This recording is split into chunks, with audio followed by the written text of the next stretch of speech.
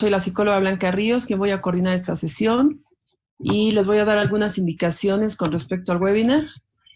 Uno, yo les comento que todos van a permanecer en modo de silencio para que no se oigan ruidos externos y no nos vaya a distraer alguno de nosotros. Por otro lado, también les comento que somos arriba de 200 participantes, entonces voy a pedir que sus preguntas las vayan haciendo en el chat. Quizá no nos dé tiempo de contestar todas, pero haremos lo posible y si no después, Fernanda las va a contestar con todo gusto por algún otro medio, ya sea por correo electrónico o se pondrá en contacto directamente con ustedes. Les voy a pedir también que las respuestas las preguntas las vayan anotando y las respuestas se van a contestar hasta el final. Durante la presentación va a haber 3 encuestas que ustedes son muy fáciles de contestar, que les vamos a pedir nada más, va a aparecer en la pantalla la encuesta y ustedes van a elegir una opción. Y por otro lado, también se van a seleccionar algunas preguntas de acuerdo a nuestro tiempo disponible para poder contestarlas.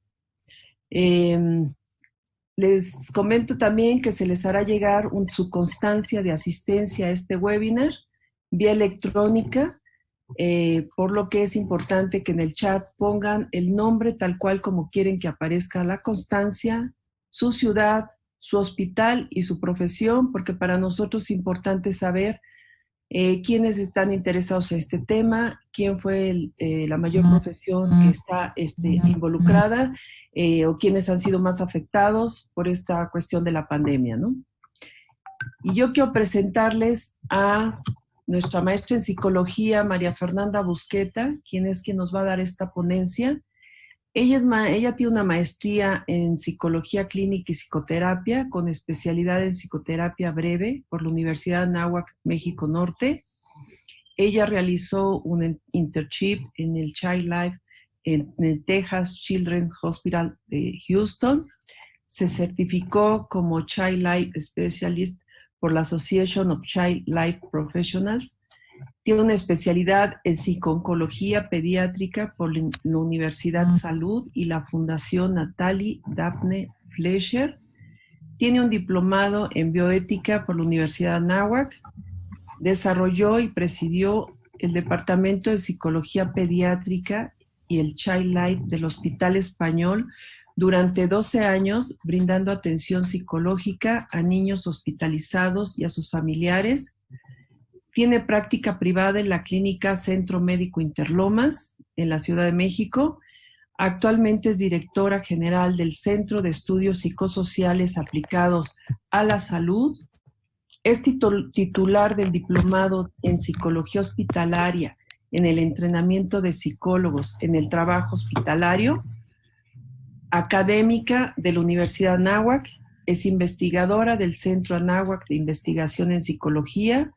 Es conferencista a nivel nacional e internacional, tiene experiencia profesional que abarca la colaboración de diversas organizaciones, fundaciones e instituciones académicas en México y en el extranjero.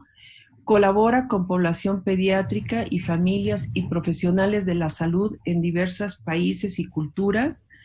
Cuenta con publicaciones en revistas científicas a nivel nacional. Es autora del cuento infantil Yo quiero saber, que es la mente, un texto creado para explicar a los niños el concepto de muerte y apoyar a aquellos que enfrentan un proceso de duelo. Pues bienvenida, Fernanda. Yo creo que estamos hablando de una persona que tiene muy buena preparación, muy buen contacto con todo lo que es el área pediátrica y familiares que están en situaciones difíciles de duelo y que nosotros ahorita que estamos pasando por una situación difícil que es la pandemia, nos va a hablar del tema de lo que es el síndrome de burnout, todo el desgaste profesional, el trauma vicario, la herida moral. Entonces, bienvenida, Fernanda. Adelante.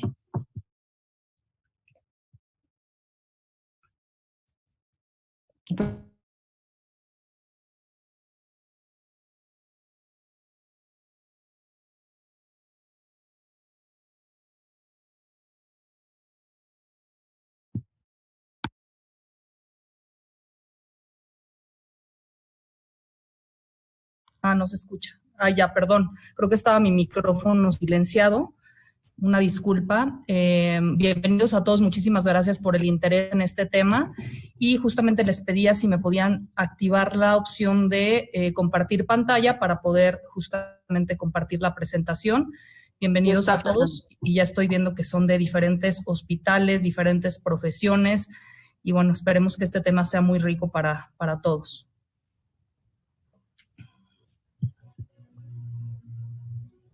Entonces, ok, voy a compartir entonces. Si me confirman, si ya se ve, ya, ¿verdad? Ok.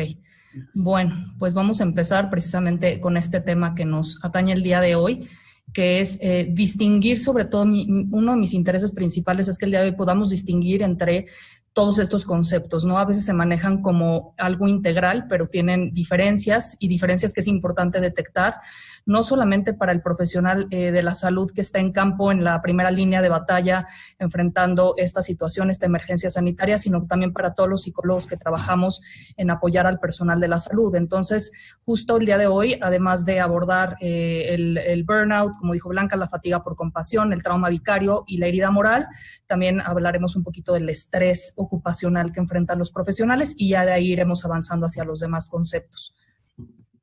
Antes que otra cosa, antes de empezar, sí me gustaría hacer un gran reconocimiento precisamente a todo el personal de la salud que hoy está enfrentando esta situación. Estamos luchando ciertamente con un enemigo desconocido porque pues es algo nuevo que nadie en el mundo conocía, una nueva cepa de un virus y que pues todavía no sabemos cómo se cura y con las situaciones que se manejan, los tratamientos disponibles, es como se está luchando contra él.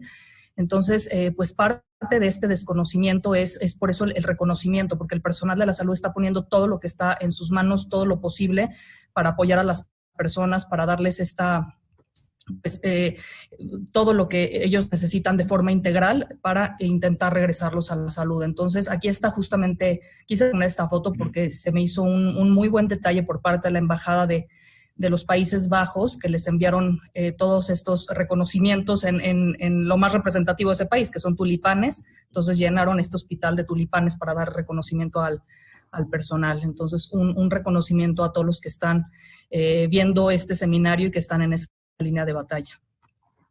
Bueno, vamos a empezar hablando justamente de lo que es el estrés en profesionales de la salud.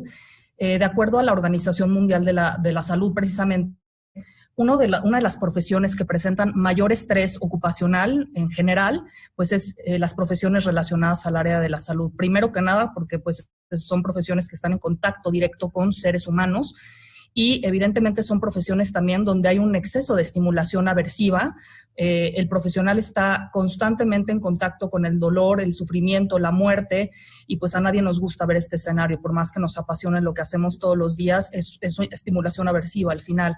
Actualmente, pues esta estimulación aversiva es más cotidiana, más frecuente de lo que los profesionales están acostumbrados a ver todos los días en su trabajo, además de los turnos y horarios que son muy demandantes, ¿no? Jornadas laborales larguísimas, si se ofrece, si se está de guardia, pues hay que responder a la emergencia. Blanca, ahorita por también. favor, ¿puedes hablar un poco más despacito, por favor? Sí, claro. También justamente los turnos y los horarios, pues obviamente han sido más demandantes por la emergencia. También existe pues, falta de educación en cuanto al manejo emocional en el profesional de la salud. No siempre en la carrera les enseñan cómo manejar sus emociones, cómo identificar ciertos síntomas que pueden tener precisamente para pedir ayuda y prevenir que se desarrolle un síndrome de burnout, por ejemplo. También hay obviamente mucha impotencia, frustración, porque hay veces que pues regresar al paciente a la salud o hay cuestiones que no podemos controlar ni están en nuestras manos, como ahorita vamos a ver muchas de ellas, específicamente, por ejemplo, en este caso la falta de recursos, pues es algo que causa muchísima impotencia y no poder estar luchando, en este caso, como les decía, en un enemigo invisible. además de la falta de recompensas. Obviamente, ahorita vamos a ver también que las recompensas más importantes para el profesional de la salud no siempre son las económicas, sino que son las morales, las de reconocimiento de sus colegas, de sus pacientes, familias, de sus superiores, y no siempre se obtienen. Y pues esta parte, ¿no? De la sobrecarga de trabajo y la sobrecarga de trabajo ligada a falta de recursos y personal. ¿Qué está pasando hoy en día? Que al menos en España, por ejemplo, la cifra fue de que al menos, más o menos como el 30% de los profesionales se contagiaron. Entonces, pues las unidades empezaron a tener menos personal porque el personal ya estaba contagiado. Y ante un escenario de sobrecarga de trabajo, pues las condiciones se vuelven mucho más críticas. En México sabemos también esta situación de falta de recursos que no es actual, es ya de mucho tiempo, pero específicamente en este momento se están teniendo tanto falta de recursos de equipo médico de protección para el personal, como de respiradores, como ha salido ya en varias notas. No hay respiradores suficientes para pues el nivel de personas que van a requerirlos, ¿no? Ante esta emergencia.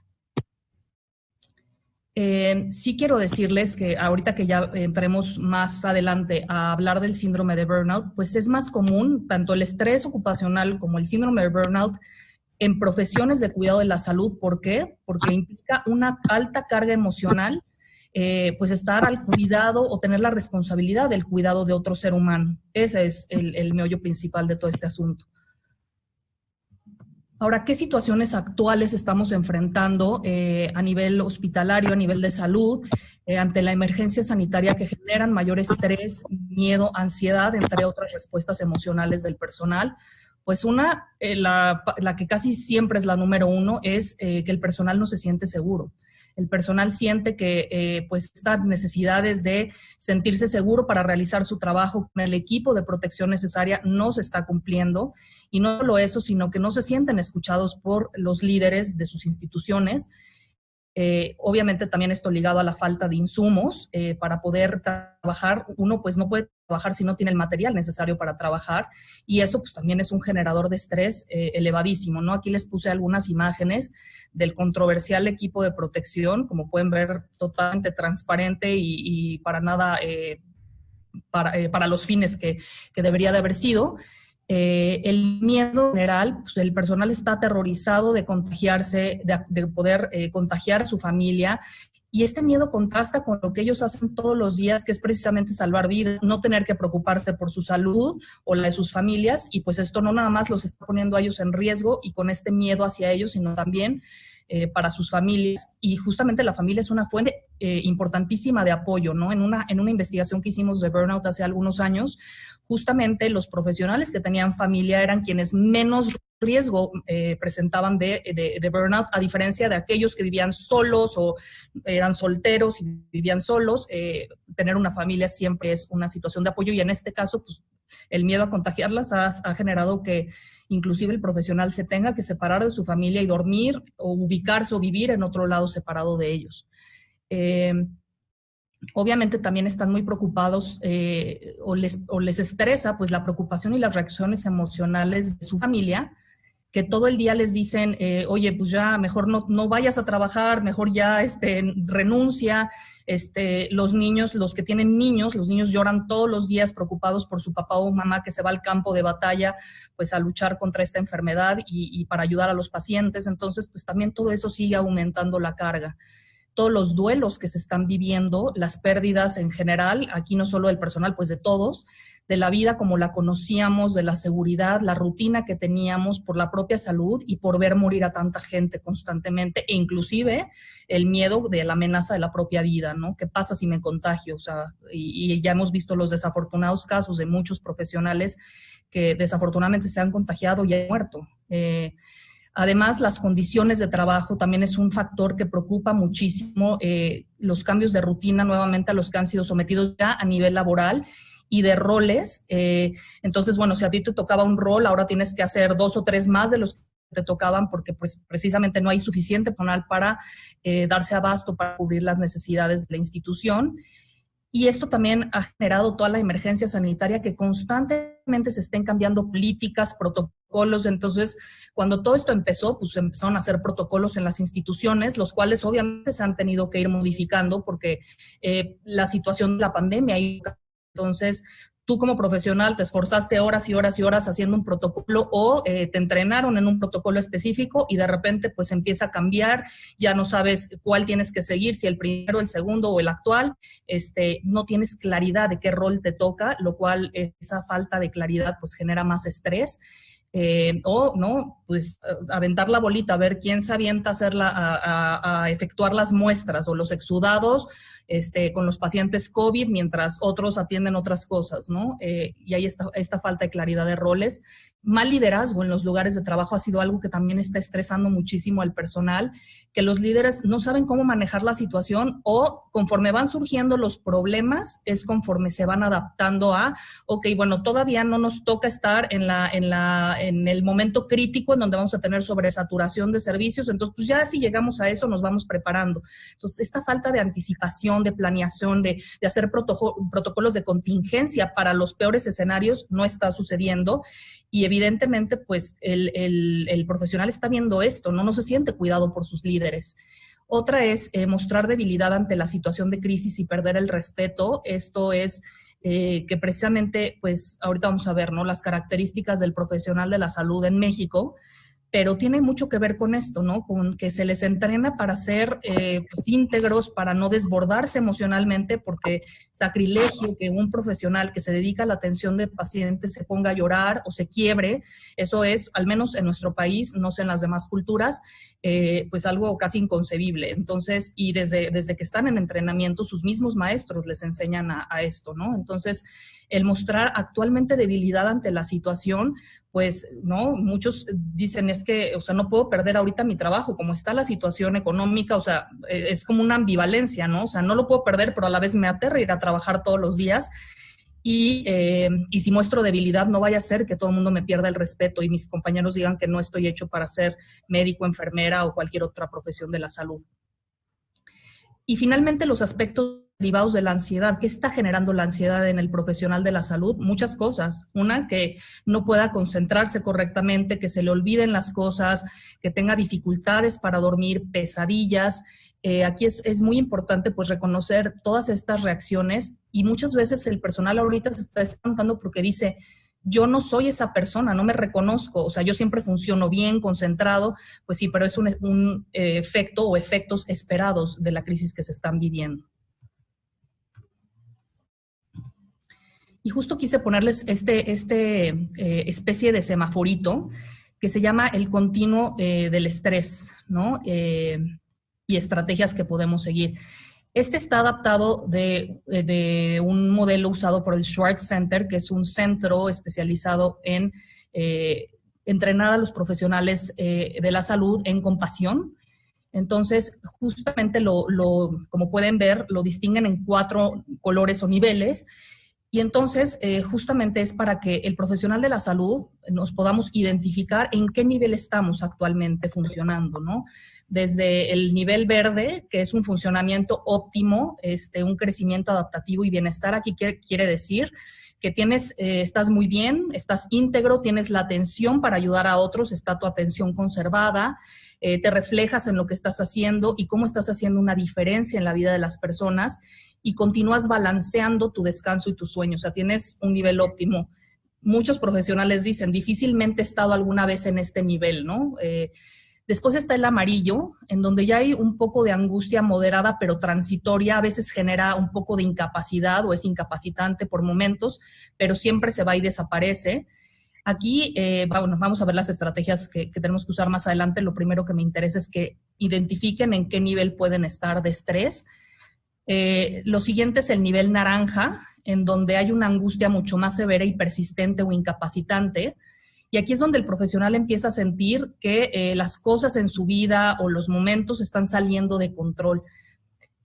Y tiene que hacer, obviamente, una estrategia para regresar a sentir que retoma el sentimiento de control. Y el último es ya cuando verdaderamente sí hay que pedir ayuda, tal vez desde el naranja, ¿no? Pero en el rojo ya es inminente poder pedir ayuda, porque es cuando sí se presenta esta herida por estrés no sanada que causa un deterioro en la vida y activa otros síntomas. Aquí es cuando las personas ya empiezan a tener conductas desadaptativas, abuso de sustancias, de alcohol, pueden estar en riesgo de experimentar estrés postraumático. y están teniendo mucha dificultad para saber cuánto más puedo seguir haciendo esto. Aquí sirve mucho pues hablar con un líder o con un compañero y justamente ya pedir el apoyo porque es muy necesario. Este semáforo creo que es muy explicativo porque precisamente ya hemos visto casos. El domingo cometió suicidio una doctora que era la jefa de urgencias de adultos del Hospital Presbiteriano de Nueva York. Y entonces, pues justo, ¿no? No fue tolerable o dejó de ser tolerable, pero ¿en qué nivel o en qué momento ya no identificó que ya estaba en una zona de riesgo? Entonces, es importante por eso tenerlo en cuenta. Y precisamente estas son las 4 heridas o fuentes que pueden generar estrés ocupacional. Amenaza para la vida, pérdida, conflicto interno o desgaste o deterioro. La amenaza para la vida, concuerda mucho con lo que estamos viviendo hoy en día porque esto genera una herida traumática. Esto se debe a una experiencia o exposición a una herida intensa, experiencia terrible u horrible o a estar en contacto con la muerte. Pues casi empata perfecto con lo que se está viviendo hoy en día. Ver morir a tantas personas, ver a tantas personas tan enfermas, pues ciertamente sí causa una herida traumática. La herida por duelo es debida a la pérdida de personas, nuevamente cosas o partes de uno mismo. Los profesionales de la salud están viendo a otros profesionales de la salud, compañeros, colegas, morir. Entonces, pues ahí está también claramente cómo esta también se está presentando. El conflicto interno, que lo vamos a ver más adelante, que es la herida moral, cuando precisamente las acciones que tienes que hacer o las que presencias no están en concordancia con tus propios valores, ya sea espirituales, culturales, sociales, morales, de cualquier tipo, y el desgaste o deterioro, que es la herida por fatiga. Entonces parece que todas empatan con la situación que se está viviendo. Entonces ahí va la encuesta número 1. Les vamos a preguntar precisamente qué tan estresados se han sentido, no es en la última semana, sino el día de hoy, de acuerdo a los niveles o colores del semáforo que les acabo de presentar actualmente. Les van a ponerles la encuesta y vamos a tomar unos minutos para contestarla.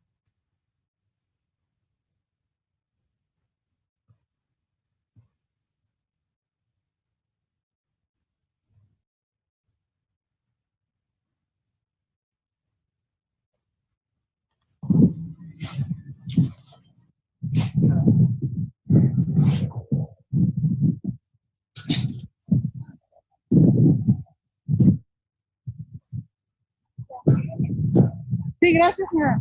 No la quites porque tiene gas.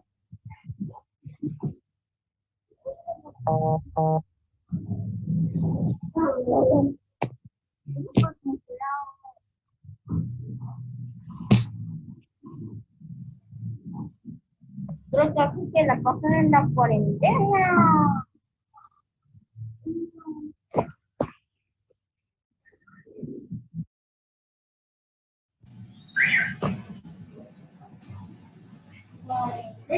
Préstame los audífonos, por favor. Ponen, por favor, todos su silenciador del micrófono, por favor.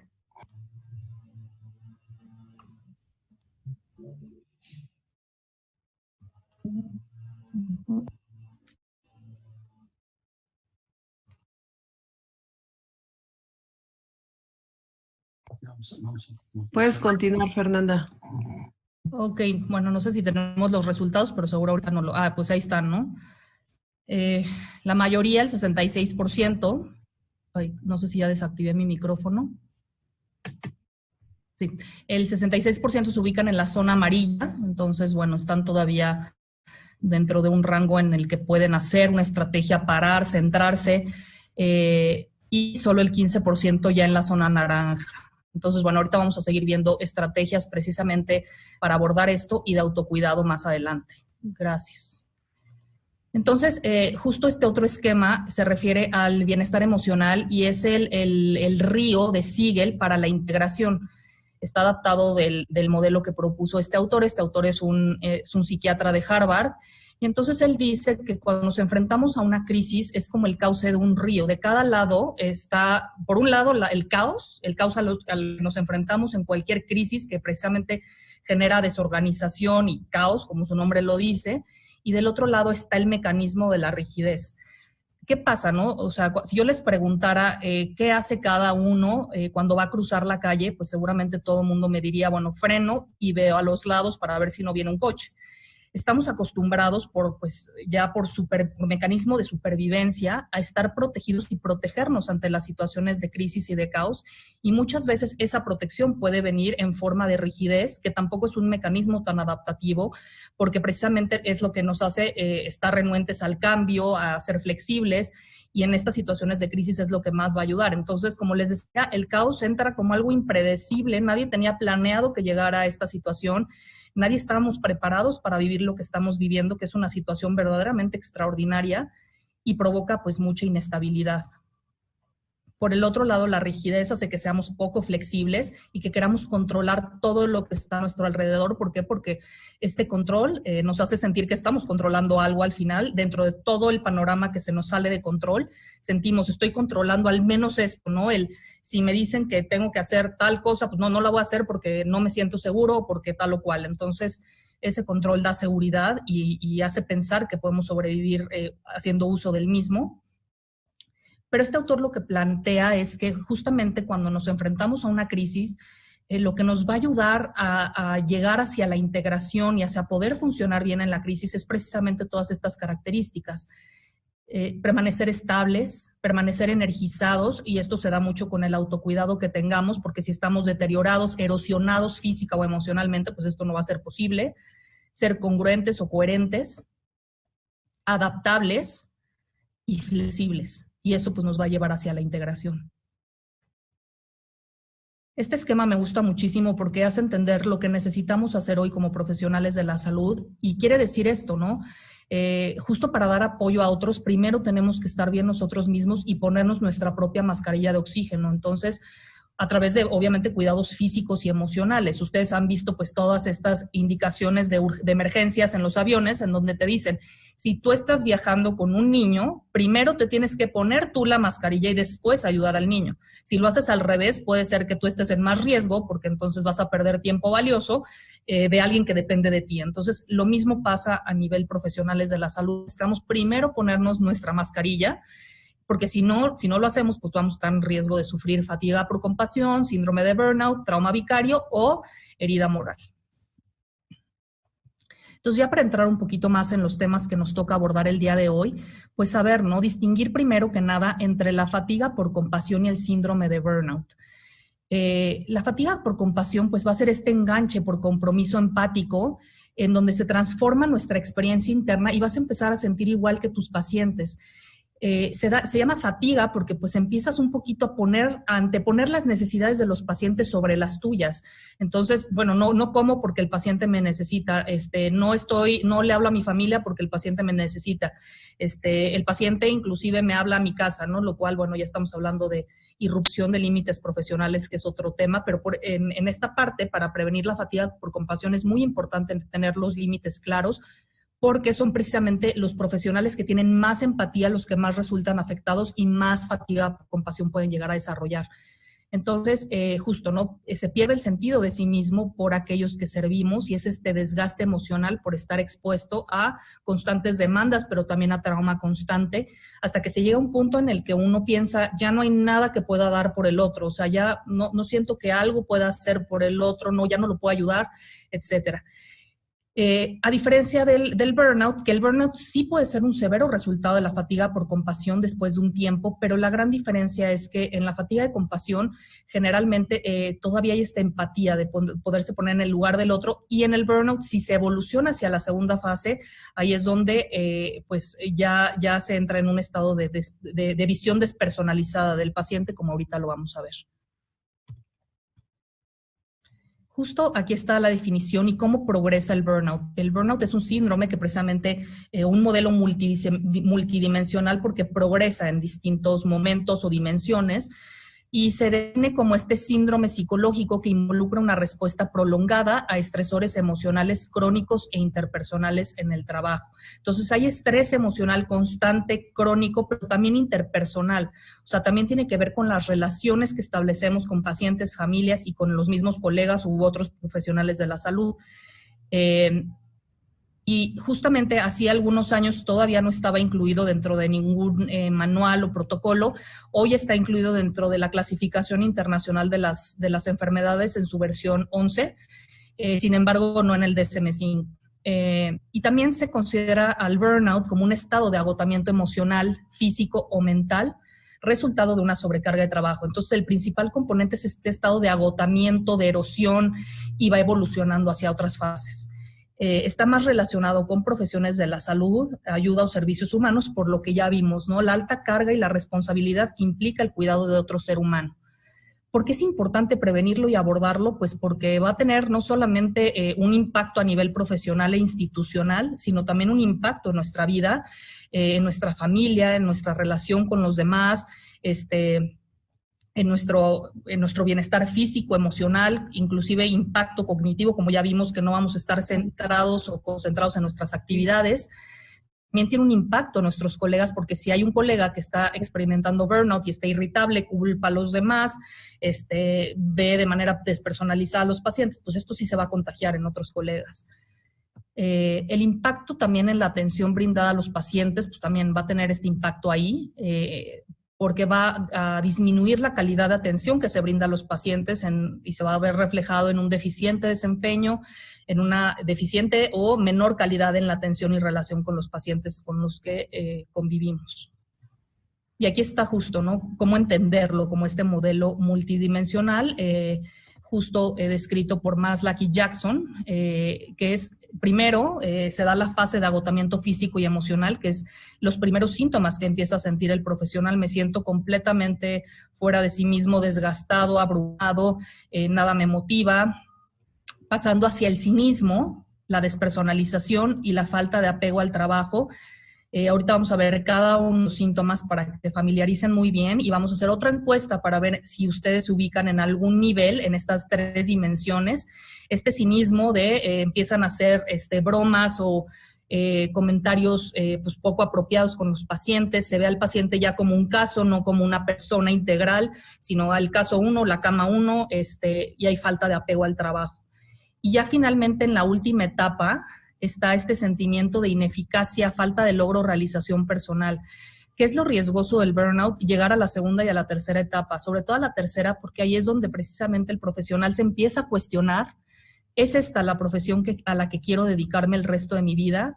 Y ahorita en un momento tan crítico en donde estas profesiones no están siendo lo suficientemente remuneradas, bueno, desde siempre, no solo ahorita, ¿no?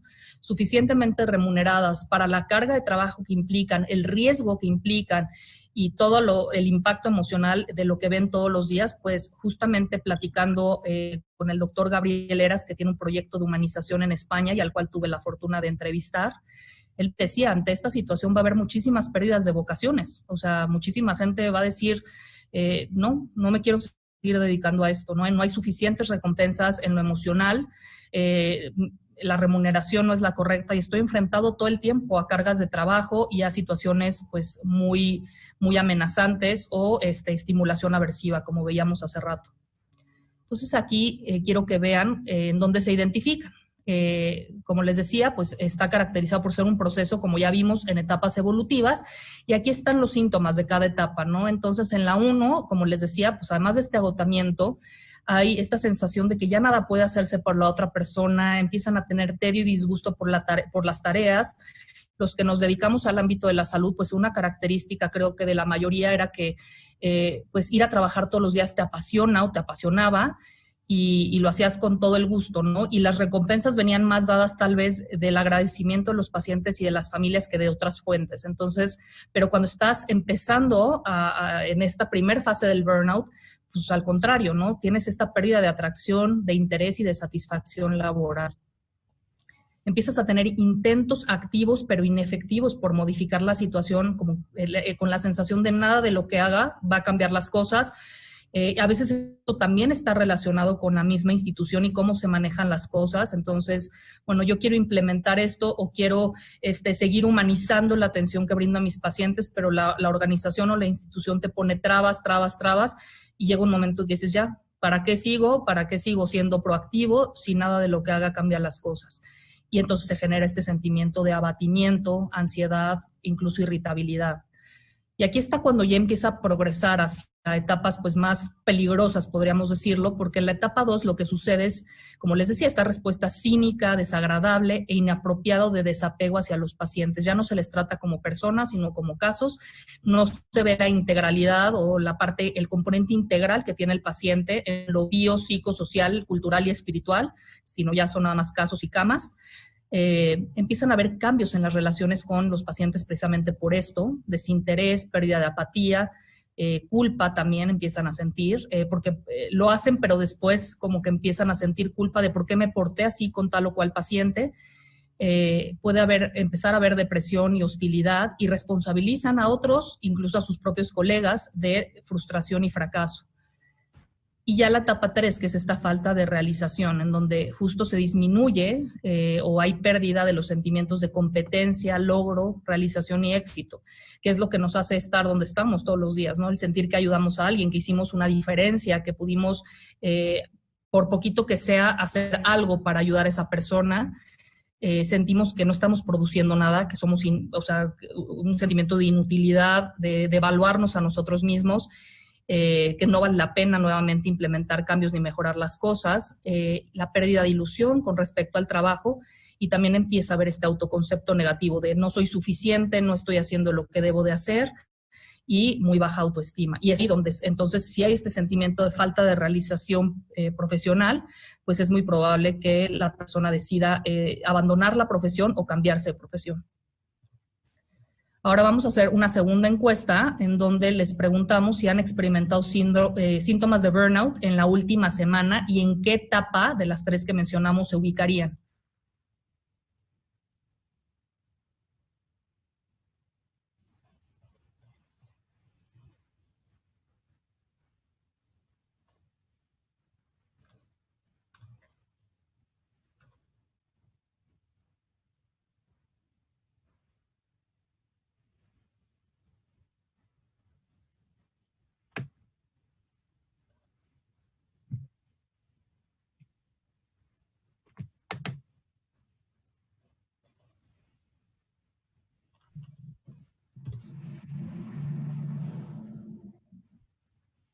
Ok, unos segunditos más. Y ya casi acaban todos de contestar. Perfecto.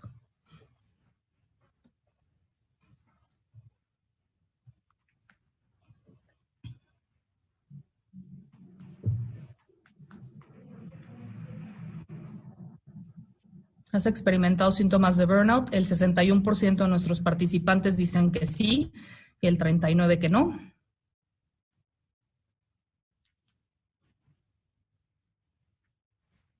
Y no sé si también les preguntamos en qué nivel están.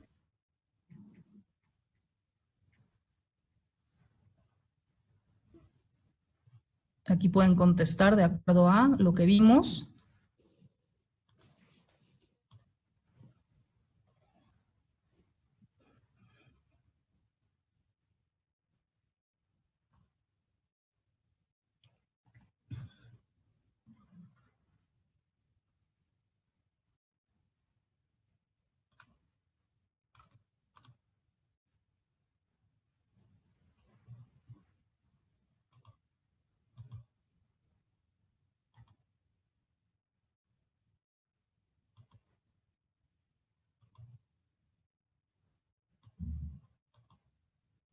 Y no sé si ya tenemos el resultado de la segunda encuesta, si todos ya contestaron.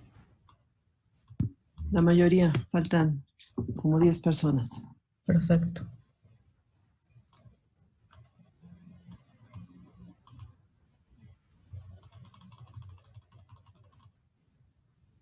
Ok, ya tenemos el resultado. Entonces, en la etapa 1 está la mayoría, que bueno, que son el 87% de los participantes.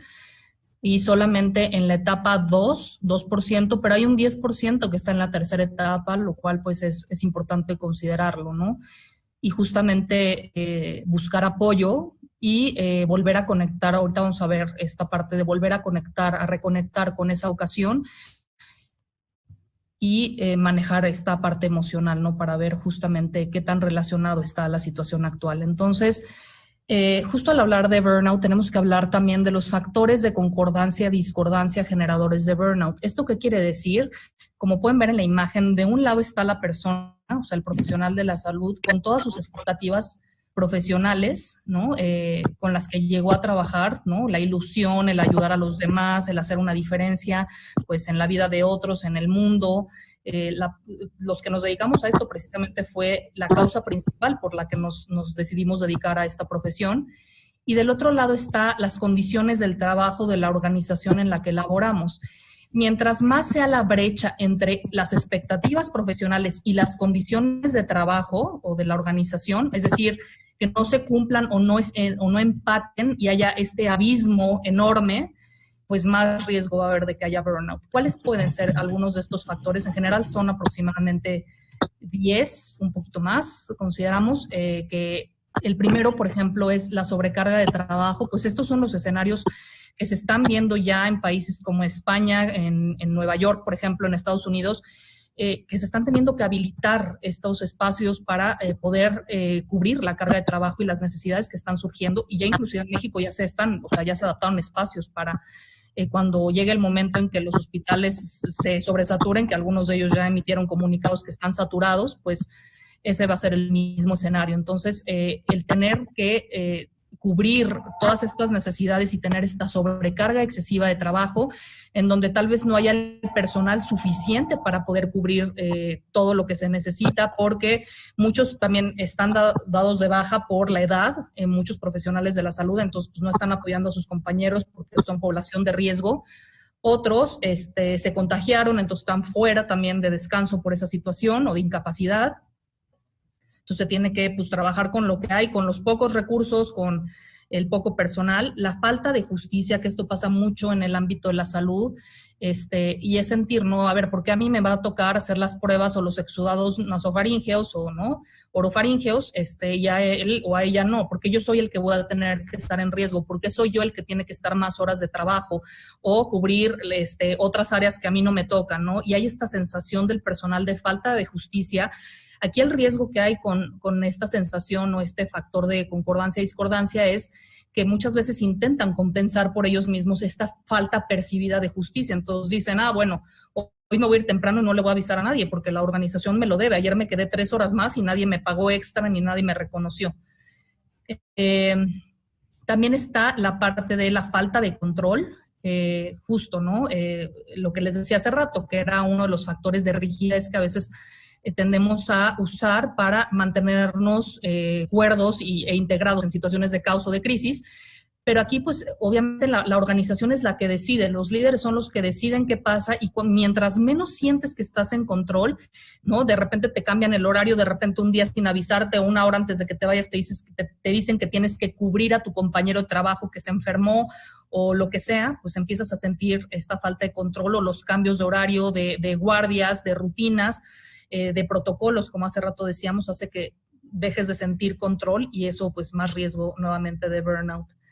La ruptura de la comunidad se entiende como pues todas las personas con las que el profesional de la salud convive, que pueden ser desde sus mismos colegas de trabajo, pacientes, familias. Aquí les puse una imagen, pues no se alcanza a ver tan bien, pero es extraída de un video que se tomó en un hospital del ISSSTE, en donde justamente se le da a la familia la notificación de muerte de un hermano, me parece, familiar, y entonces empiezan a agredir al personal, creo que hasta golpes empezaron a ver, y bueno, aquí está como un ejemplo perfecto de lo que es la ruptura de la comunidad, cuando no hay esta concordancia entre el profesional de la salud y la comunidad con la que se relaciona, pues eso todavía empieza a generar más niveles de desgaste profesional porque no se está trabajando como uno está acostumbrado. Digo, estas situaciones siempre se pueden presentar, pero evidentemente es acrecentado con esta situación en donde hay una franca ruptura de la comunidad que tiene que ver con muchísimas cosas.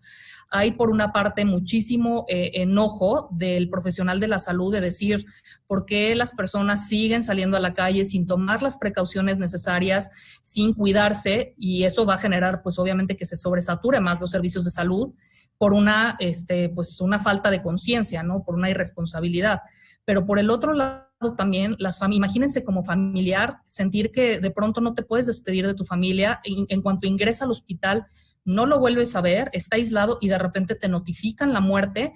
Y no solo eso, sino que además se tiene que incinerar la persona, ¿no? En algunos de los casos. Entonces, y no te puedes ni despedir, ¿no? Entonces, pues esas situaciones generan esta ruptura de la comunidad y ahorita vamos a ver recursos precisamente para evitar este tipo de situaciones ante una situación que justo está limitando que podamos hacer medicina o cualquier otra función en el hospital como se está acostumbrado a hacerla, ¿no?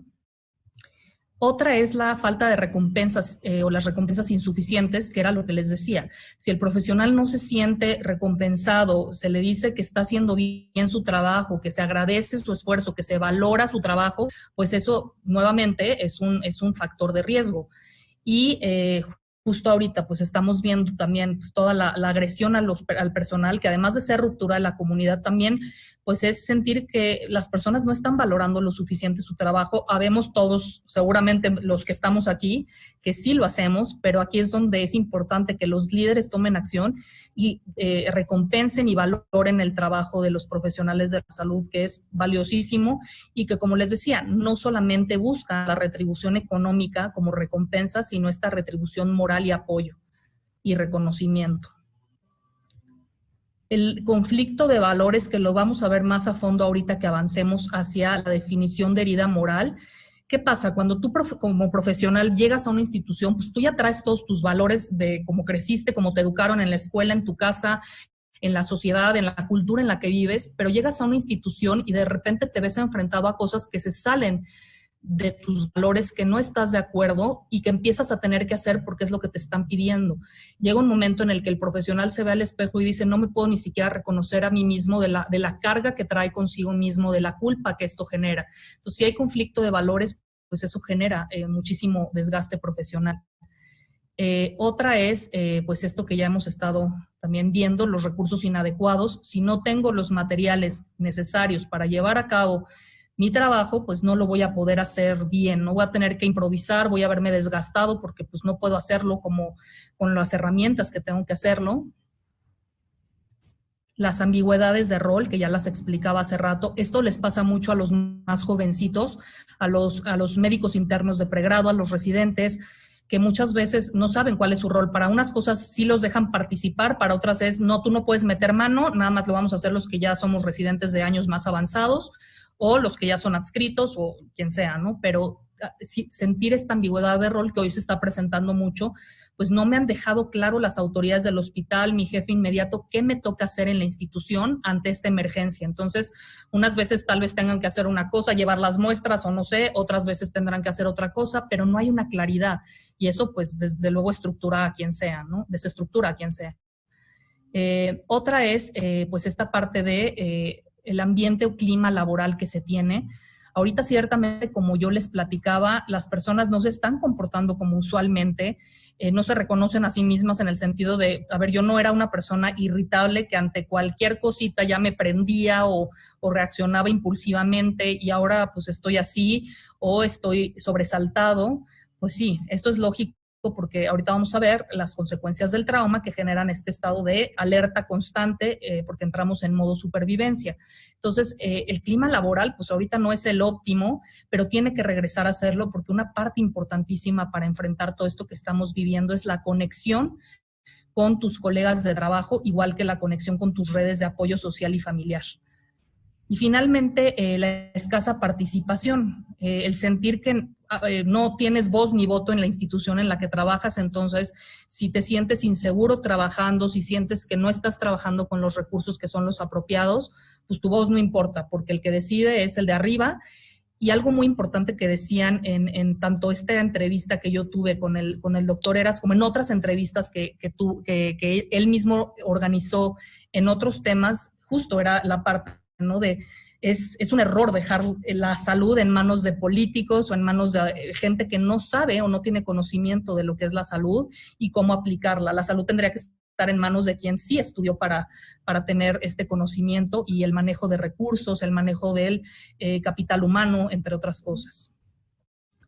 Originalmente, las situaciones que más generan estrés en el profesional de la salud son estas que ven aquí. Ahorita vamos a ver hoy en día cuáles son las que están, además de las que ya habíamos visto al principio, vamos a ver otras, sobre todo las generadoras de herida moral. pero en general pues siempre ha sido trabajar con pacientes difíciles, los conflictos con colegas o supervisores, porque estamos en constante contacto con ellos, entonces tener un conflicto con ellos implica pues toda la afectación de ir a trabajar todos los días y saber que hay un conflicto con las personas con las que trabajamos, que nos ponen obstáculos, que no nos dejan trabajar bien. Dar malas noticias ciertamente es un factor de estrés y justamente y afortunadamente se han creado cursos en línea para notificación empática de malas noticias, y todos los profesionales que nos están viendo que tienen este rol, a mí me parecería importante que recurrieran a este recurso porque ahorita es fundamental y esto va a prevenir agresiones al personal, va a prevenir una comunicación poco asertiva porque pues es una de las intervenciones más difíciles para realizar y no siempre se nos entrena en la universidad o en nuestra formación para poder hacerlo correctamente. Trabajar con pacientes de alto riesgo pues siempre ha sido un factor de estrés. Áreas críticas, ¿no? Como urgencias, terapia intensiva, oncología, neurología, todas estas áreas donde hay pacientes crónicos o pacientes en riesgo o muertes constantes, pues son las que más riesgo de manifestar síndrome de burnout van a tener. Situaciones de alto impacto como ver a otros colegas morir o, en este caso de la doctora que les comentaba, suicidarse. Interacción profesional-paciente intensas, ¿no? En donde no hay límites claros, donde el paciente es demandante, donde el paciente está rebasando límites y el profesional no sabe cómo establecer esa línea para que no se transgredan los límites. No podemos dejar de hablar de lo que es trauma, porque vamos a hablar ahorita justamente de lo que es el estrés postraumático secundario, mejor conocido como trauma vicario. Entonces, para poder hablar de esto, pues tenemos que conocer muy bien qué sucede cuando nos enfrentamos a un peligro, a una amenaza inminente que puede poner en riesgo nuestra vida. Pues entramos en modo supervivencia. Entonces, las opciones que tenemos en esos casos es estas que ven aquí. O luchar contra la amenaza, paralizarnos, que es la del medio, muchas personas se quedan absolutamente congeladas, y correr o huir, son las tres, ¿no? Y justamente, pues esto es un mecanismo fisiológico que tenemos desde etapas evolutivas previas porque nos sirve precisamente para enfrentar este tipo de amenazas, pero para entenderlo mejor está esta gráfica, que si se fijan, aquí presenta muy bien, ¿no? Donde dice flight o fight, que es flight, huir, o la huida, y luchar, que es fight, y cómo empieza a haber un estado de arousal que se empieza a hacer como la curva muy alto. Y esto quiere decir que cuando hay esto se activa el sistema nervioso simpático y empieza a haber un incremento en la presión arterial, un aumento en la oxigenación, que se va dirigido el oxígeno a los órganos vitales, y se incrementan las pupilas para ver bien y demás. Entonces es toda una respuesta fisiológica para hacer frente a la amenaza que se empieza a activar. Y hay que entenderlo como tal, ¿no? Y para poder definir el trauma tenemos que pues remitirnos a que el trauma lo que va a representar es una situación que amenaza la vida o un evento que amenaza profundamente la vida o el bienestar de una persona o de quienes rodean a esa persona.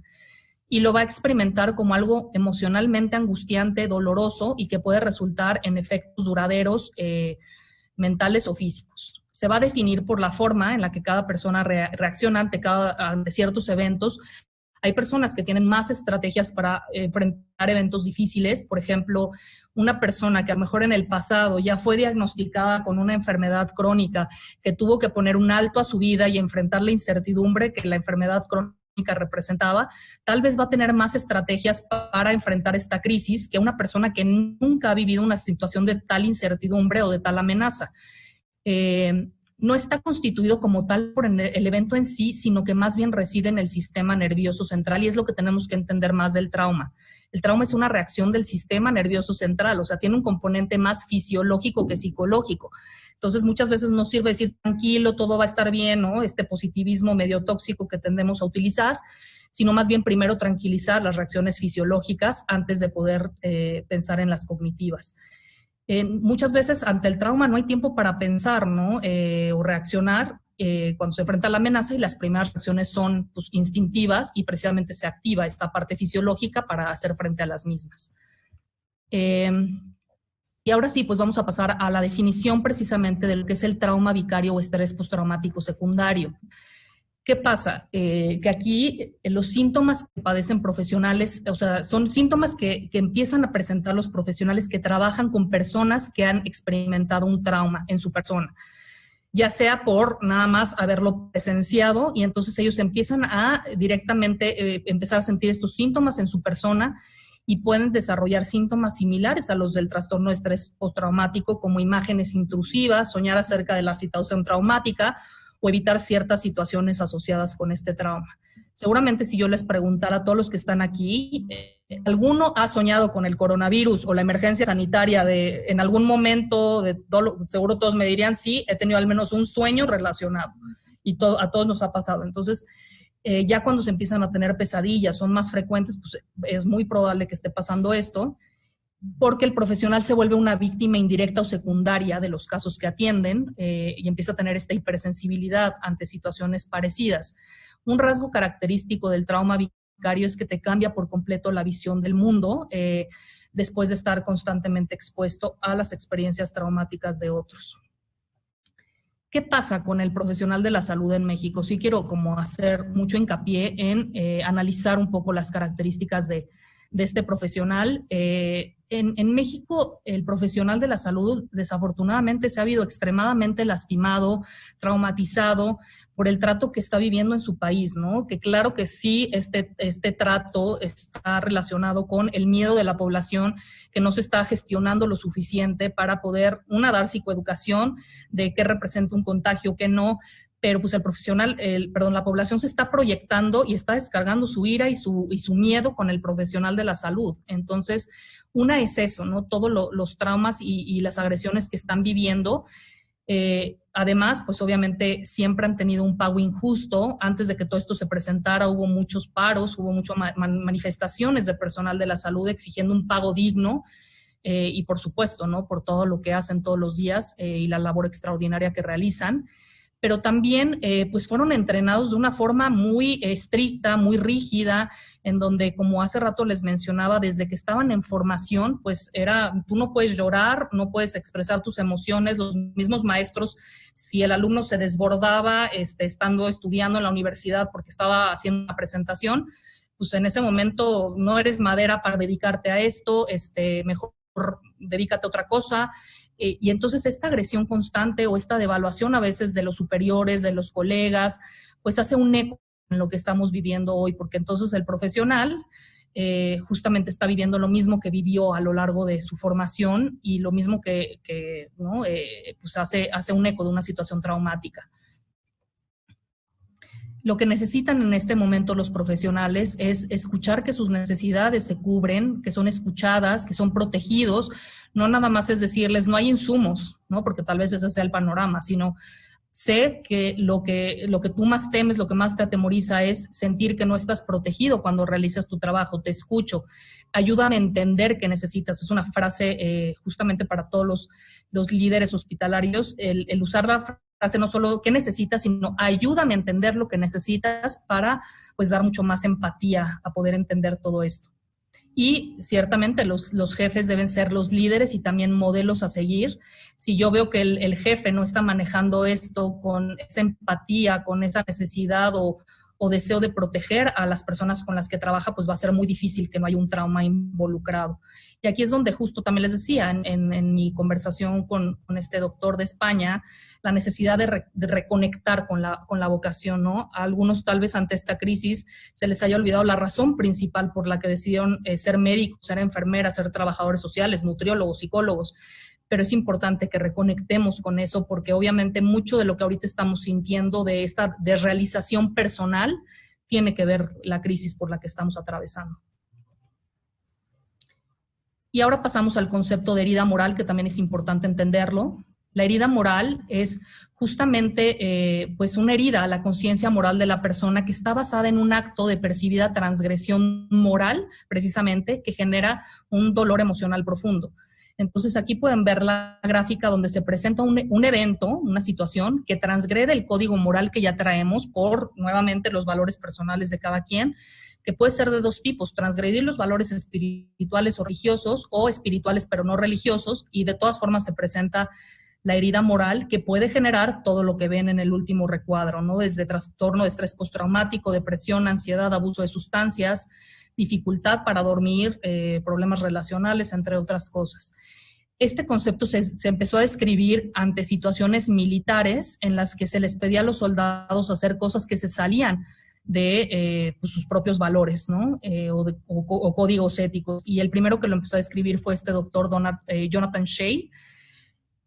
Y tiene que ver con un acto de omisión o comisión, o sea, omitiste hacer algo o cometiste algo o lo presenciaste como testigo. ¿Cuáles son las situaciones generadoras de estrés, de herida moral en profesionales de la salud? Situaciones que violan esta creencia del profesional de la salud de no hacer daño e impiden el objetivo de hacer el bien al paciente y que puedan conducir a un angustiante daño emocional.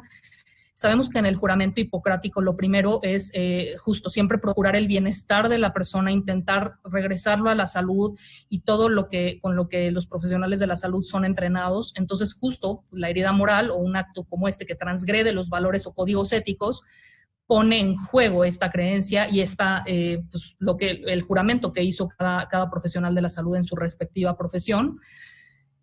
Y pues aquí está, ¿no? Este círculo vicioso, ¿no? Que se da en donde el profesional está en esta situación inmerso, sobre todo ante la emergencia que estamos viviendo, en contacto constante con situaciones que van contra la moral y contra los valores personales. Ahorita vamos a ver algunas de esas situaciones. Eso genera culpa en el personal, a pesar de que sepa que es necesario, que lo tiene que hacer, que esa fue la orden que emitieron las autoridades de su institución. Y se vuelve a repetir el ciclo, ¿no? Me gusta esta frase que también escuché en alguno de los seminarios de Proyecto UCI, que es que como profesionales somos responsables de nuestro esfuerzo, sí, pero no del resultado del esfuerzo. Sabemos que el resultado de si una persona vive, muere, sale adelante de la enfermedad, o sea, de la enfermedad que hoy nos está volteando de cabeza, que es el COVID-19, pues tiene que ver con muchos otros factores, desde qué tan fuertes sean los síntomas, la edad de la persona, si no tiene enfermedades médicas comórbidas, entre muchas otras cosas.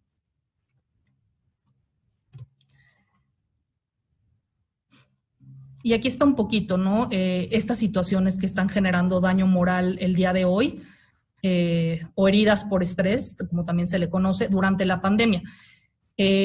Pacientes gravemente enfermos que representan un alto riesgo, este sentimiento de deshumanización que no se está trabajando con esos pacientes como uno acostumbra a trabajar, es decir, en contacto común y corriente sin tener que estar disfrazados con todo este equipo de protección, dándole una palmada al paciente, atendiéndolo de una forma más personalizada. Y pues todo esto genera culpa, ¿no? Estoy haciendo algo que no empata con mis valores y aunque justo yo lo vea como algo necesario, como que es el protocolo de epidemiología que se debe de seguir o de infectología, pues llego a mi casa todos los días y digo, no es esto por lo que estudié medicina, ¿no? Estoy acostumbrado a tener un trato humanizado, empático con mis pacientes y no siento que lo estoy haciendo. La muerte constante de pacientes, uno puede ser en medicina, en enfermería, cualquier profesión de la salud, nos vamos a encontrar con muerte de pacientes, pero no tan constantes, tan frecuentes en el día a día, estas cantidades que se están viendo actualmente. Necesidad de tomar decisiones con pacientes y familias, estas decisiones de separar a las familias, de no permitir a la familia ver a su familiar mientras está institucionalizado y ver a los pacientes morir en soledad. Al menos en España, que es la experiencia que más están teniendo y ya han pasado por la crisis principal, esto es una de las cosas que más impacto emocional y herida moral ha generado en los profesionales. Tener que estar enfrentados a dilemas éticos, ¿no? Todo el tiempo, que bueno, eso es un tema más complejo, no solamente la asignación de recursos, sino pues remitirse a los principios de bioética en toda esta situación que estamos atravesando.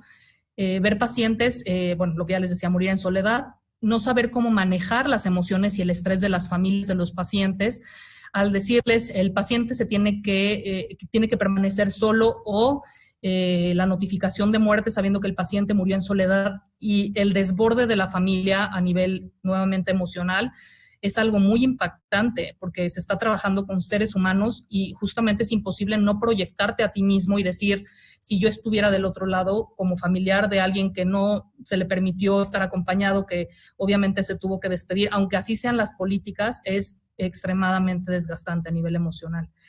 Y finalmente, seguir órdenes de superiores que no empaten con los valores personales también está siendo una fuente tremenda de estrés. Pues así va a ser en esta institución, y a quien le parezca que bueno, a quien no, los tenemos que proteger, tenemos que seguir estas medidas. Está bien, se puede justificar y sabemos que es lo necesario, pero eso no quiere decir que podamos formatear la sensación o los valores del personal. El personal se siente que no está haciendo bien las cosas, que algo no está empatando con sus valores. Justo una alternativa, y precisamente lo están haciendo mucho en España, es esto, ¿no? La importancia de encontrar maneras de seguir humanizando la atención a los pacientes para evitar esta herida moral o prevenirla lo más que se pueda, ¿no? Por ahí vi una iniciativa de una enfermera, no me acuerdo en qué estado, que estaba llevando cartas a sus familiares. Obviamente no entraba y salía con cartas, solamente los familiares les daban las cartas, y ella las distribuía y ya se quedaban en cercanía con el familiar al que iba dirigido esa carta. En España pues ha habido muchas donaciones de tecnología, tablets, celulares, para precisamente poder hacer esta conexión del paciente con sus familias, y obviamente pues esos dispositivos solo se están usando para ese fin, no se están metiendo y sacando. Entonces, bueno, vamos a hacer la tercera encuesta, en donde les vamos a preguntar: ¿has experimentado síntomas de trauma vicario o herida moral? Y nos pueden contestar.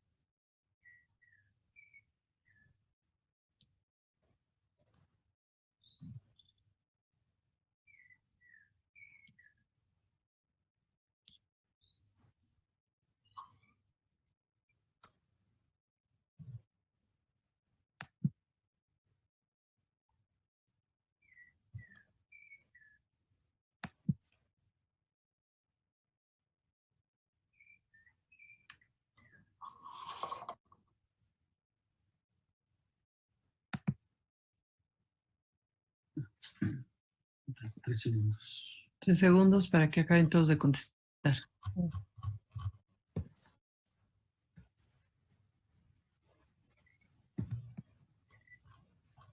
Wow, pues justo el 36% nada, ninguno de los dos, el 29% solo de trauma vicario, el 14% de herida moral y el 21% de ambos. Entonces medio distribuido ahí el asunto.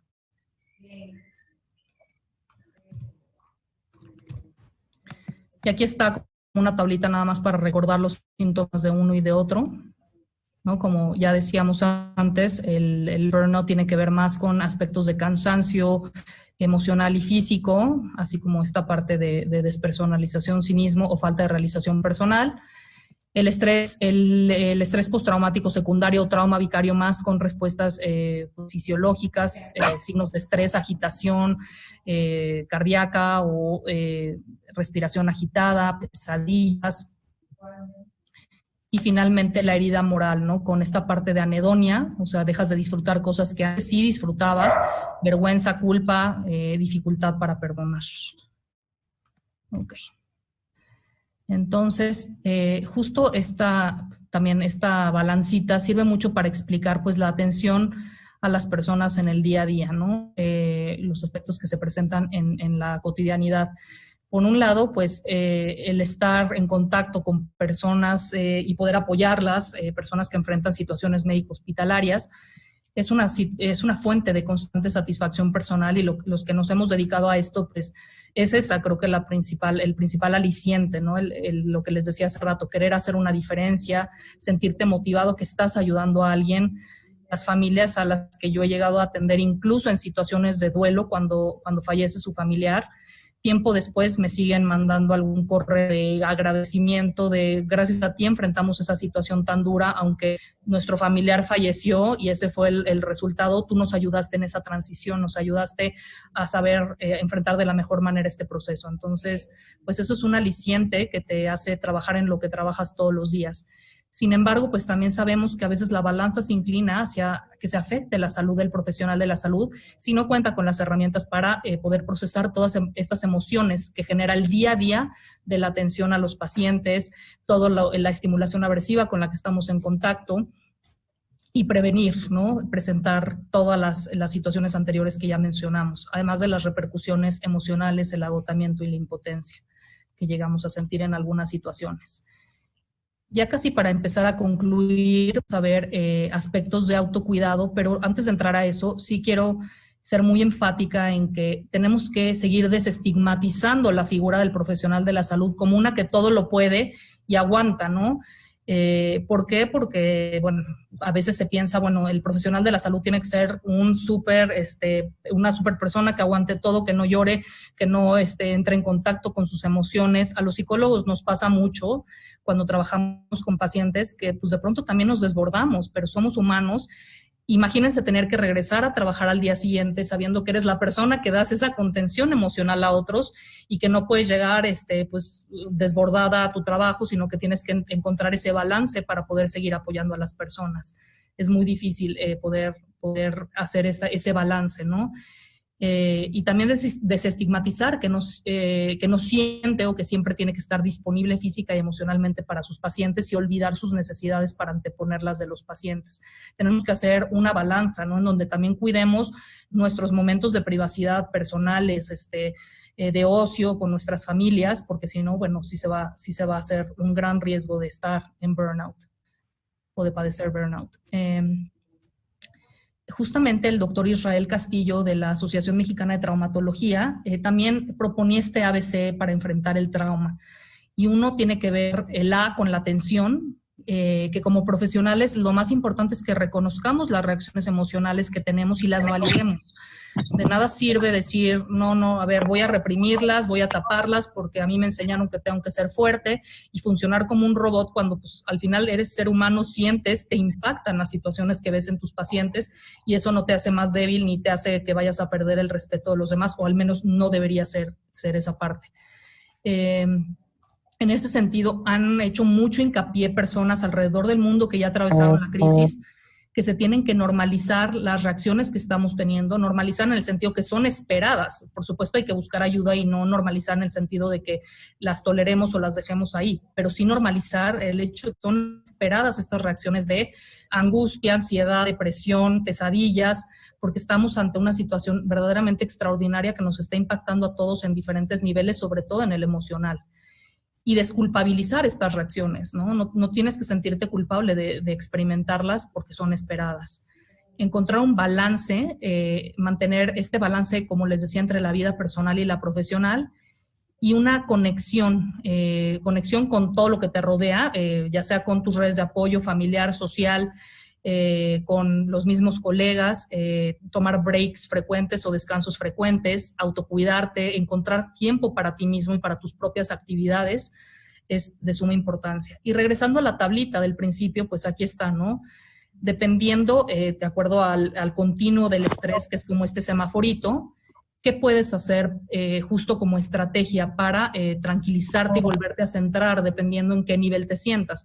Si estás en el verde, pues prácticamente tienes que seguir haciendo lo mismo que estás haciendo, que es este autocuidado, balancear tu dieta, tu alimentación en general, tu sueño. Si estás en el amarillo, pues a veces cuando empiezas a sentir, ¿no?, que hay algo que ya no está funcionando suficientemente bien, lo que tenemos que hacer es desacelerar nuestro cuerpo. Una estrategia que nos daba el doctor Gabriel es que él para cada 4 horas, se centra y toma estas respiraciones o hace ejercicios de grounding, que es poner los pies en el suelo, pensar que estás en el aquí y en el ahora y hacer tal vez una respiración en cuadrado en donde justo vas rodeando el cuadrado y tomas aire en 4, lo exhalas en 4 y así sucesivamente.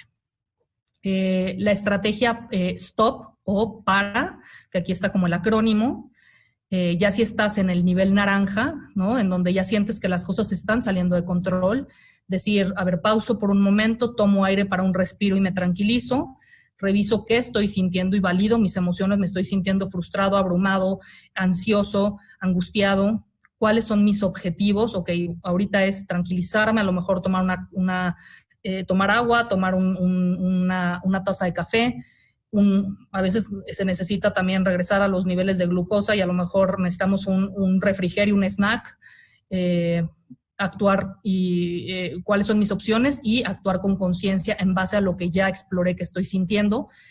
Y ya si se está, como habíamos dicho, en la parte roja ya es inminente buscar atención y parar ahora sí porque es el momento más peligroso en el que podemos estar. Y aquí está todos los aspectos de autocuidado, además de los que ya les mencioné, cuidar la actividad física, las pausas de 4 horas que les decía, limitar turnos de trabajo a no más de 12 horas, que es ya a mí se me hace excesivo. Hay personas que trabajan 8 y ya de por sí es desgastante, pero bueno, hacerse a la tarea de intentar evitar más de 12 horas. Desarrollar un sistema de apoyo entre los compañeros, este es el Body Program, así lo llaman, que justamente es encontrar o emparentar 2 compañeros que uno se cuida al otro y entonces, además de conocerse si es que no se conocen y conocer un poco más del otro, de sus intereses, de lo que le da miedo, de lo que le preocupa, también estarse monitoreando. Si no hay mejor persona, creo, para identificar los síntomas que los propios colegas, ¿no? Los psicólogos actualmente muchas iniciativas están lanzando líneas de apoyo, mucho apoyo de parte de psicólogos. Perdón, pero creo que para identificar los síntomas no hay nadie mejor que los líderes de la institución o los mismos compañeros de trabajo. Si empiezan a identificar ciertos síntomas, bueno, decirle, a ver, te voy a relevar 1 hora en lo que tú vas por un break, a comer algo, a tomar algo, al baño, a lo que sea, y yo te voy a relevar, te voy a cuidar la espalda. Sé que ahorita no estás haciendo como eres normalmente, y si se les olvida algo, pues recordárselos, ¿no? Porque ahorita no se puede juzgar nada que tenga que ver con esta parte de estar olvidadizos, no tener adecuada concentración en todos los niveles, y por eso es que es importante que haya este apoyo mutuo. Trabajar en equipo sirve muchísimo y limitar las horas de trabajo a solas porque así se tiene una red de apoyo laboral, hacer ejercicios de respiración, de relajación. Hay una app que se está usando mucho, que es esta que ven aquí, que se llama Calm, con ejercicios de meditación para autorregularse y poder estar más tranquilos. También sirve mucho saber establecer límites y decir que no en las cuestiones en las que sea posible, sobre todo para la parte de evitar la herida moral, saber establecer límites en cuanto a si hay opción de que te digan puedes hacer esto o aquello, no me siento cómodo haciendo esto, pero saber utilizar esta palabra. Hablar con los compañeros de trabajo y familia, estar en constante comunicación con ellos acerca de los sentimientos que están experimentando, de las experiencias que están viviendo y contactar con las emociones propias. Y aquí es parte fundamental apoyarse del apoyo de psicólogos, no solamente en la parte de hacer su trabajo diario, es decir, que el psicólogo, los psicólogos que siguen trabajando en hospitales apoyando al personal de la salud, apoyarlos con esta comunicación con las familias, justamente en toda esta parte para mantener informada a la familia de la evolución del familiar. Entonces, apóyense de los psicólogos, no intenten hacerlo todo ustedes porque justo es ahí donde se va a dar la sobrecarga de trabajo y obviamente también apoyarse de los psicólogos para la parte del apoyo y el acompañamiento emocional. Y pues hablar de todo esto es imposible no hablar de resiliencia, ¿no? Como su nombre lo dice, pues la resiliencia es esta capacidad de hacer frente a las adversidades de la vida y trabajar el dolor en una fuerza motora para superarse y salir fortalecido de todas estas experiencias. Justo la palabra resiliencia viene de una propiedad de los metales que cuando son sometidos a grandes montos de temperaturas o estrés, o presión, perdón, son capaces de cambiar su estructura interna y capaces de ser más flexibles, más sólidos y más resilientes. Entonces, pues esta analogía tiene mucho que ver con lo que la experiencia nos va a dejar a todos y qué tan resilientes somos para hacer frente a ella. Desde luego, no podemos hacer frente a ella si no tenemos las herramientas pues materiales y personales, emocionales para poder lograrlo. Y justo este ejemplo, ¿no? de crecimiento postraumático, ¿no?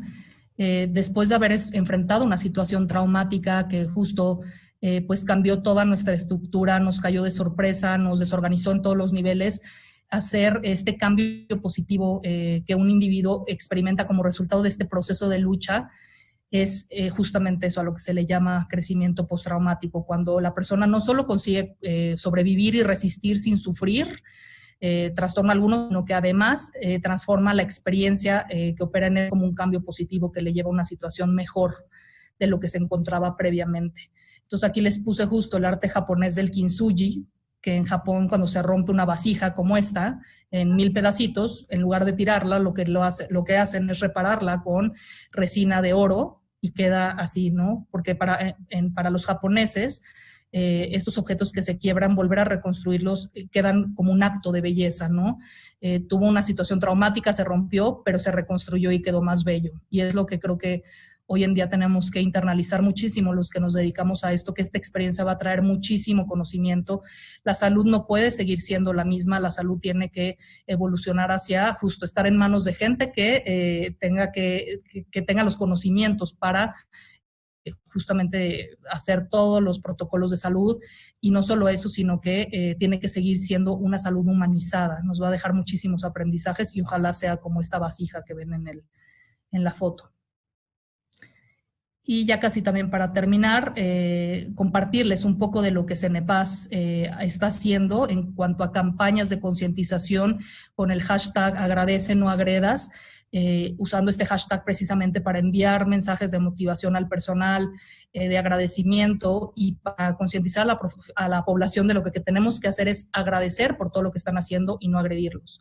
También hemos desarrollado recursos para niños en diferentes situaciones. Una de ellas es para hijos de profesionales de la salud que tienen que estar yendo a trabajar y no pueden quedarse en casa. Entonces, para que el niño o los hijos puedan entender el rol de mamá o papá dentro del hospital, de ayudar a las personas que tienen uno de los trabajos más importantes que existen, y actividades para mantener el vínculo y la conexión mientras están fuera de casa.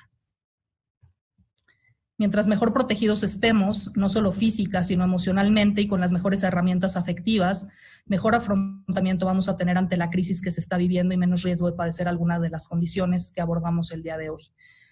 Les pongo algunos recursos de apoyo para quienes quieran consultarlos. Está todos los materiales que, como les decía, hemos desarrollado en CENEPAS, en el Centro de Estudios Psicosociales Aplicados a la Salud, en donde, bueno, hemos desarrollado no solo materiales, sino además entrevistas y webinars con también especialistas en medicina crítica, bioética y child life, para saber y aprender de lo que se está haciendo en otros países y en el propio ante esta situación. El componente de bioética también es básico y fundamental. Líneas de apoyo en salud mental, está esta iniciativa de Cuidemos a quien nos cuida, donde hay psicólogos muy experimentados que están brindando la atención al personal de la salud, y ahí están sus datos. El curso en línea de comunicación empática de malas noticias que les comentaba, para todos los profesionales de la salud que quieran pues mejorar sus habilidades en comunicación empática de notificaciones de muerte o de malas noticias. Este es un curso que me parece bastante apropiado para lograr ese fin. Y en Facebook tenemos un grupo de recursos psicológicos COVID-19, donde estamos compartiendo y unificando todos los recursos disponibles en la parte de apoyo emocional para niños y adultos, para la población y otros, ahí mismo en esa misma página. Y pues muchísimas gracias, con esto terminamos. Muchas gracias, Fernanda. Yo creo que excelente el tema, excelente la participación de todos. Tenemos algunos comentarios.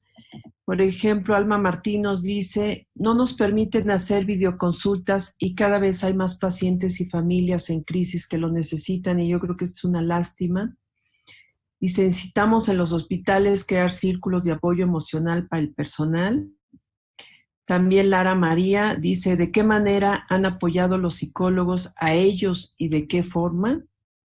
No sé si quieras comentar algo hasta aquí.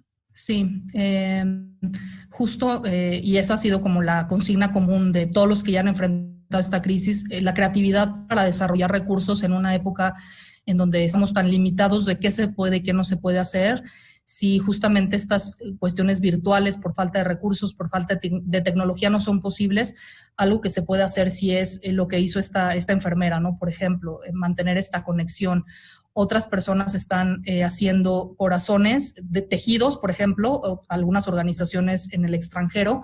Entonces, uno de los corazoncitos tejidos se los queda a la familia y el otro, el personal, se lo mete al familiar para que tenga algo de lo que agarrarse que le acaba de enviar el familiar.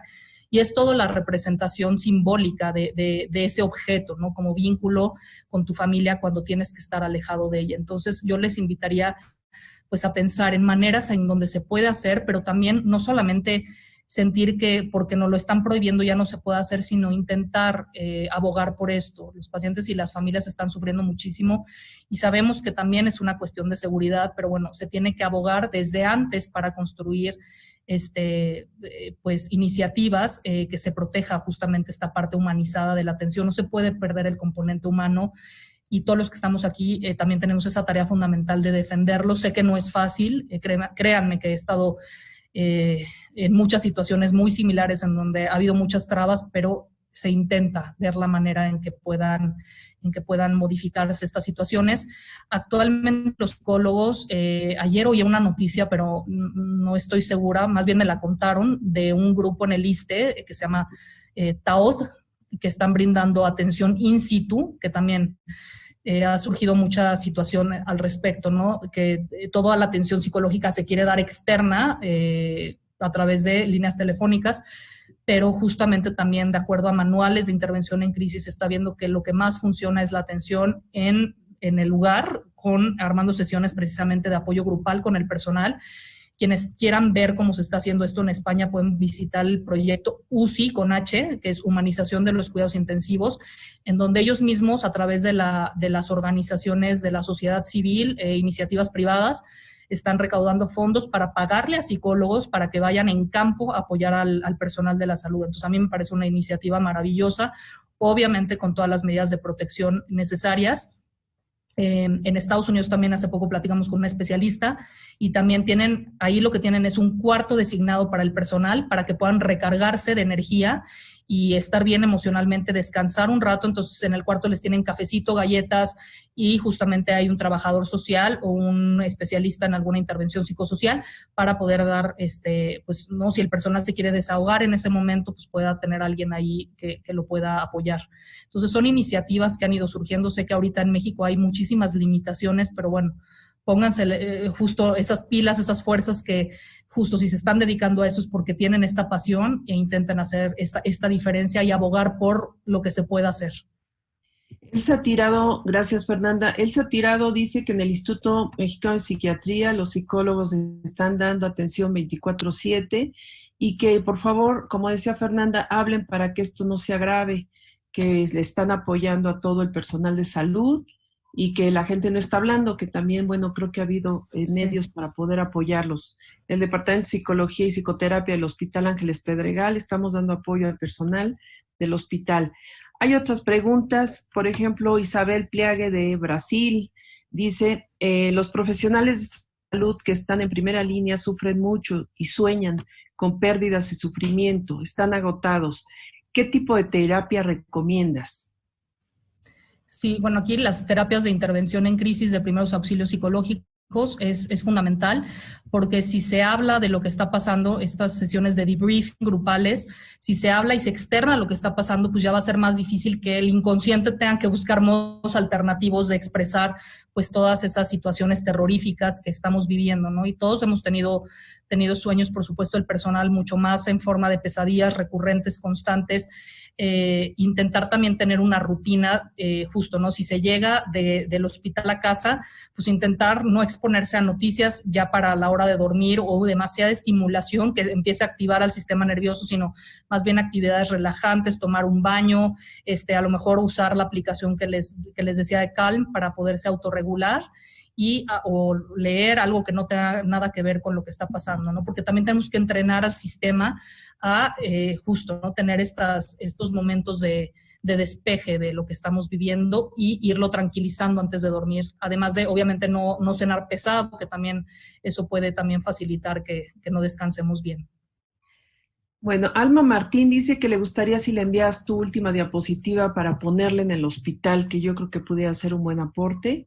Dice, excelente aporte. Creo que la de los colores, si no me equivoco, la de los colores donde viene la del semáforo que habíamos comentado. Y que excelente aportaciones, te manda felicitaciones. María Ruiz dice, los mandos medios y la alta directiva jamás sustituye ni por un minuto a un personal agotado. El personal es acosado, acusado, oprimido. Teóricamente se plantea una sociedad ideal, un modelo jerárquico ideal con liderazgo, Necesitamos líderes, no jefes. El COVID-19 ha puesto de manifiesto y ha visibilizado lo que al personal médico, paramédico y afín de las instituciones de salud pública y social siempre hemos sabido. Excelente ponencia con muchas estrategias y ejercicios y afrontamiento. Muchas felicidades, muy buen tema, excelente ponente, felicidades, excelente información. Ojalá nuestros jefes, como bien dice, sean líderes y comprendan la situación y lo que hoy vive el personal de salud. El sistema de salud mexicano está colapsado desde hace tiempo atrás. La pandemia lo hizo visible e innegable. Muchas gracias, Fer. Me encantó. No sabes cuánto me ayudó para el trabajo. Muchas gracias por la conferencia e información. Excelente. ¿Cómo podremos tener acceso a la grabación de la videoconferencia? El acceso, esto se va a retransmitir. Hay algunos colegas seguramente que no pudieron verlo. Se va a retransmitir a partir de la próxima semana, el lunes. Les vamos a poner ahorita en el chat la página donde se pueden meter para que puedan ustedes volver a escuchar este tema. Bueno, ahí está, Alma, ahí está la imagen que tú querías, que Fernanda ya te compartió. Y bueno, ricamente exposición, felicidades. También otra colega, Joana, de Brasil. Y gracias. Bueno, muchas felicitaciones, muchas felicidades, que muy buen tema, muy oportuno. Dice, nuestro hospital, dice Marisol, en nuestro hospital es difícil realizar una intervención psicológica a pacientes o a personal de salud. Ni siquiera han logrado establecer un plan de atención médico a los pacientes con COVID, lo cual es muy triste, ¿no?